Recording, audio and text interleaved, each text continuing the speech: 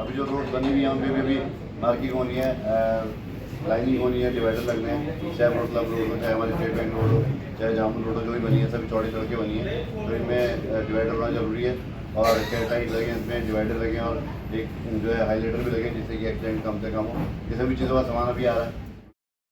रुड़की में शनिवार को प्रांतीय उद्योग व्यापार मंडल की बैठक सिविल लाइंस स्थित विशाल वर्मा के कैंप कार्यालय में आयोजित हुई, जिसमें व्यापारियों ने अंग्रेजी शासन में स्थापित शहर की वर्तमान दयनीय स्थिति और उसके जीर्णोद्धार और कायाकल्प की आवश्यकता पर चर्चा की। उन्होंने विधायक प्रदीप बत्रा को 4 सूत्रीय ज्ञापन सौंपा, जिसमें मुख्य बाजार की सड़क का वर्तमान स्तर और पुनर्निर्माण, महिलाओं के लिए पिंक टॉयलेट की स्थापना, विद्युत लाइन को भूमिगत कर खंभे हटाना और सौंदर्यीकरण हेतु निकट हेरिटेज लाइनें लगाना और मुख्य बाजार के निकट पार्किंग व्यवस्था और पूर्व निर्धारित पार्किंग योजना को लागू करना शामिल था। विधायक ने आश्वासन दिया कि इन समस्याओं का शीघ्र समाधान शुरू किया जाएगा और व्यापारियों के हित में कार्य किया जाएगा। ये बताते हुए व्यापारी शहर की रीढ़ है। कार्यक्रम का संचालन रामगोपाल कंसल ने किया और इस अवसर पर प्रदेश अध्यक्ष अजय गुप्ता, महासचिव नवीन गुलाटी, महानगर अध्यक्ष चौधरी धीर सिंह, घनश्याम, भरत कपूर, अंकुर मिनोचा, रोहित कालरा, विमल, दीपक भाटिया, मन्नू अनोजा और कई लोग उपस्थित रहे।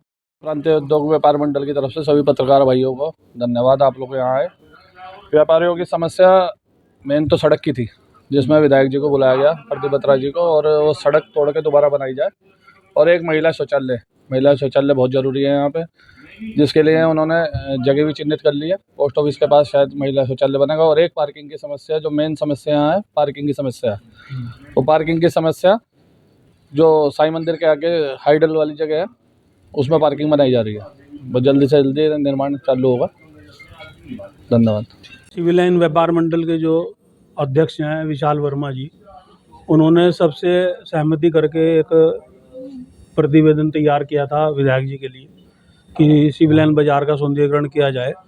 तो इसमें उन्होंने लगभग सभी बातें हमारी मान ली हैं। कुछ समय में वो आए थे और काफ़ी टाइम दिया, और उसमें हमने उनसे सीधा एक ही निवेदन किया है कि कोई भी कार्य होने से पहले एक तो जितने भी तार हैं वो सब अंडरग्राउंड किए जाएं, और जो पानी की समस्या उन्होंने जादूगर रोड की दूर की है, जो हर वर्ष वहाँ पानी भरता था, उसी तरह से सिविल लाइन में भी पानी भरता है। पहले पानी की समस्या दूर हो, उसके बाद नवीनीकरण किया जाए।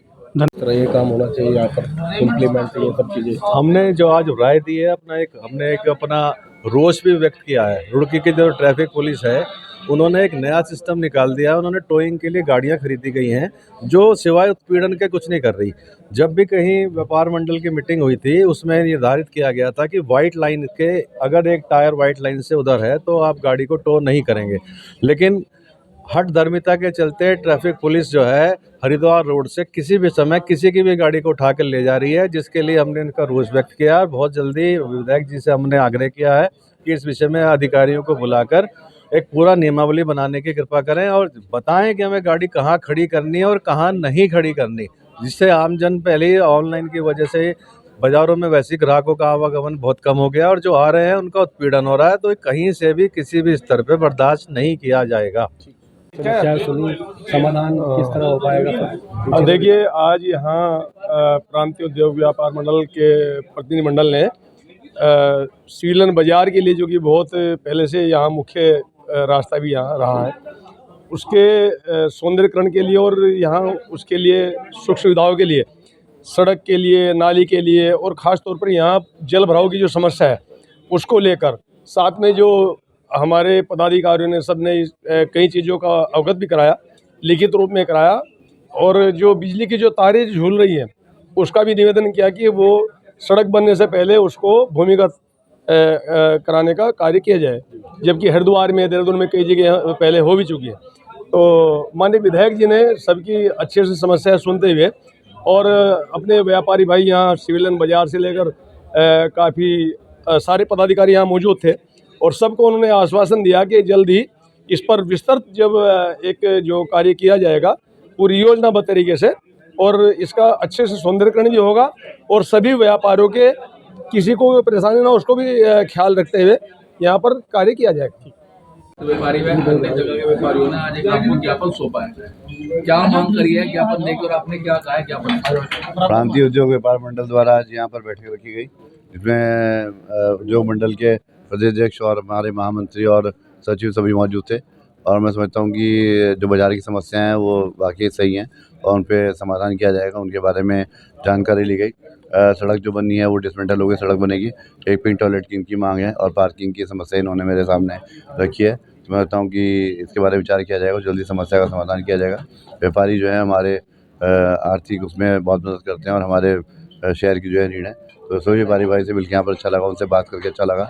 हमारे बीच हमारे विशाल वर्मा जी, चौधरी सिंह जी, अजय कंसल जी, अपना सभी लोग मौजूद हैं, गुलाटी मौजूद हैं।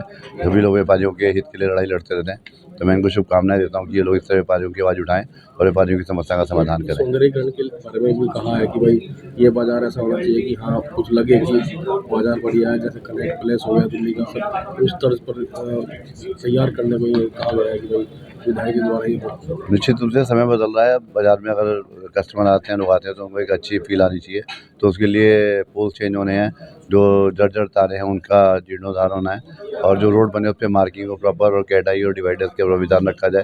इन सभी चीज़ों से बाजार सुंदर लगता है और पार्किंग की उचित व्यवस्था हो, इन सब पे विचार किया जाएगा और इस प्रकार से ही काम किया जाएगा। जी एंक्रोचमेंट को लेकर क्या कहेंगे? शहर से एंक्रोचमेंट हट भी रहा है? एंक्रोचमेंट हट रहा है लगातार। जॉइंट मजिस्ट्रेट और से मीटिंग हुई थी, उसमें तहसीलदार और कानून सभी लगे हुए और एंक्रोचमेंट जो टेम्प्रेरी एंक्रोचमेंट है उनको हटा रहे हैं। सभी के लिए वेंडिंग जोन का भी प्रावधान चल रहा है ताकि गरीब को भी नुकसान ना हो। तो वेंडिंग जोन भी बनाए जा रहे हैं लगातार। और मैं समझता हूँ कि दोनों बाज़ारों की पार्किंग के लिए जगह चिन्हित कर ली गई है, चाहे सिविल लाइन्स बाज़ार हो चाहे मीन बाज़ार हो।